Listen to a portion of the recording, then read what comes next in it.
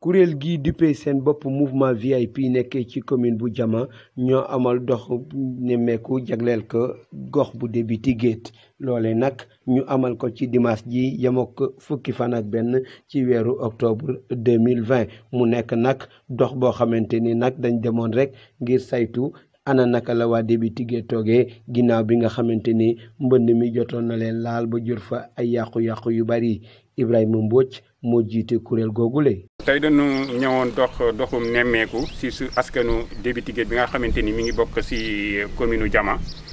parce que ñun ñëpp xam na ni jamono yu yàggul mbënd bi daf leen affecté ba vraiment def ay dommages yu bëri si biir dëkk bi tey si tey nag ñu ñëwoon dox si doxu nemmeeku xool ci yenn bërëb yi lu si mel ne que poste de santé bi ak école yi ak aussi seen magasin de stockage de riz. bi ñu ñëwee si poste de santé bi fekk nañ si agent de santé communautaire bi ak aussi président du comité de santé def nañu ay visite dugg nañ si béréb yi xool nañ que vraiment sunu yaram dafa daw parce que gis nañ daal béréb bi c'est en état de délabrement lu si bëri miir yi yëpp dara baaxu si. jàpp naa ni jamono jii nga xamante ni askan wi dañu jànkonteeg ay mbënd te aussi gis nañ ni taataay yi bëri nañu vraiment si gox-goxaat bi te aussi loolu dafa favorable à la prolifération des insectes nuisibles. donc jàppoon nañ ni tey si tey war nañu équiper centre de santé bi war nañu aussi après jox leen ay médicaments yu bëri sax pour que bu fi nit feebaree ñu mën a jël en tout cas les premiers soins nécessaires. waaw yeneen yi si des également gis nañu aussi que ni environnement bi vraiment c'est ça laisse à désirer parce que je pense que ndox mi dafa dem ba nangu fi nga xamante ni moom mooy les fosses septiques vraiment fosse bi yëpp dafa déversé wu vraiment dans la cour de l'école mais aussi dans la cour du poste de santé ça sent vraiment une odeur nauséabonde. vraiment école bi doy na waar parce que gis nañ fi ay abris provisoires yoo xamante ni seen état yi vraiment doy na waar te école ñëpp xam na ni tey si tey li si des pour mu tijji matatul weer. waaw école yi daanaka cour bi ndox kese la abri provisoire yi vraiment ça laisse à désirer fenêtre école yi yëpp vraiment yàqu na kon tey si tey ñëpp xam na ni aussi santé c'est une compétence transférée mais aussi éducation c'est une compétence transférée donc jàpp na ni autorités locales yi municipales yi war nañu jóg vraiment taxawu askanu Débiti Guet ba nu mën a defar seen école bi ba mu baax pour que rentrée scolaire ñu mën ko assurer vraiment si ni mu waree incha allah.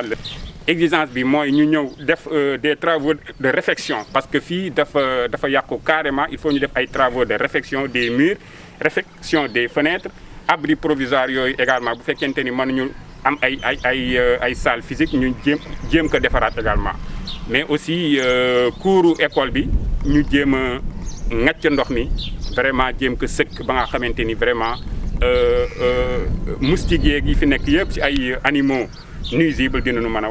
wàññee ko balay le 5 incha allah. VIP tey si tey bi mu ñëwee fii si poste de santé bi gis aussi fosse yi mu kii dafa louer automatiquement benn camion boo nga xamante ni camion genre citerne la boo xamante dafay ngacc kii fosse yi donc loolu la ñu ñëw en urgence ñu def ko mais aussi on a donné d'autres appuis financiers vraiment au chef du village pour que ñu jëfandikoo vraiment si bépp xeex boo xamante ni si mbënd mi la jëm. ca weneen wàllu wa ñi nga xamante ne ñoo daloo ngan googule di waa Débiti Guet ñoom ña ngay rafetlu rek taxawaayu ñi nga xamante ni ñoo di mouvement VIP ngir doxu nemmeeku googu ñu amal foofule ci seen gox boobule ba tey nag rax si dolli sax ñuy yëkkati rek seen kàddu di jooy li nga xamante ni moom moo di jafe-jafe yu bari yi nga xamante ni am na ci gox boobu. jëf ji nga xam ni mouvement VIP def nañ ko tey ñun dañ cee kontaan. vraiment lii day wane ni service à la communauté bi nga xam ni moom la mouvement VIP di woote boobu ba léegi vraiment mu ngi ci dañuy rafetlu liggéey bi nga xam ni def na ko ci jëmale ko ci askanu Débiti Guet boo xoolee fosse bi boobu ba léegi ay doléances la yoo xam ni poste de santé bi ñu ngi koy jooytu tey vraiment li mouvement VIP def day firndeel ni vraiment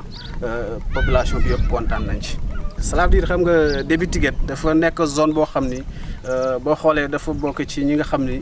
dañu ëpp ci li ñuy bay ceeb ci département de Dagana boo xoolee environ commune de Diama li muy bay ci ceeb environ ci dafay toll ci environ 45% ci li ñuy bay ci département de Dagana ceeb.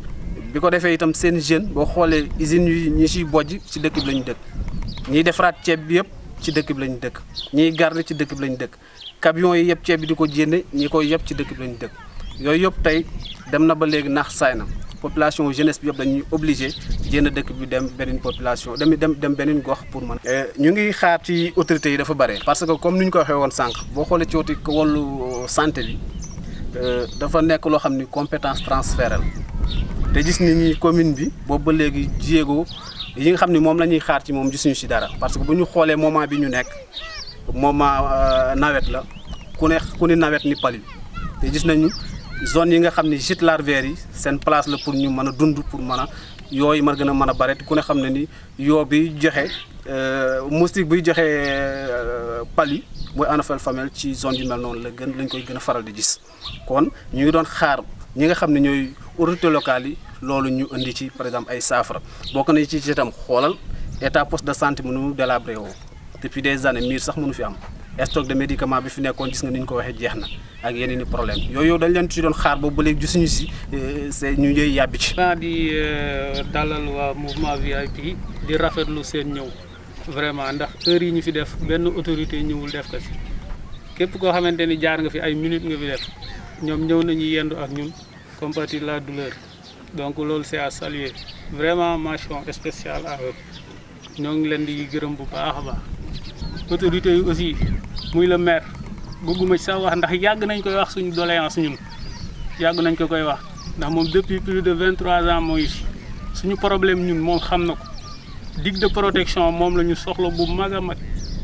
boo xamante ne ndox mi bu ñëwee dina yem fële